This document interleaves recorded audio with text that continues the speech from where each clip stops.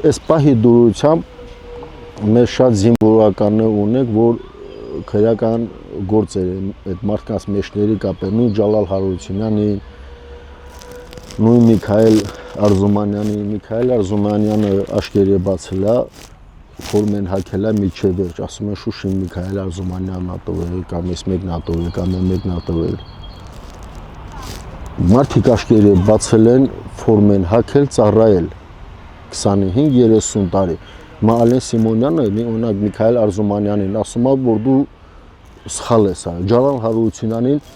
Վահագն Ալեքսանյանը դատում է։ Վահագն Ալեքսանյանը, Հակ Պոնջոյանը Ջալալ Հարությունյանին ասում են դու սխալ հրաման ես տվել։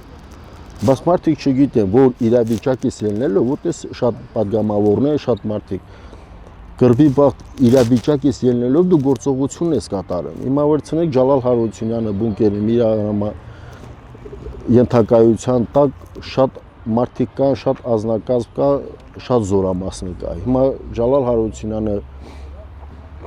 ինքը բունկերի մեջ նստած շատ է իմանում դուրսը իրենից 200 կիլոմետր հեռու ինչ է կատարում, դեղի սպան իր զորքին ինչի է հրաման տվել, կամ թողեք հետ գնացեք, կամ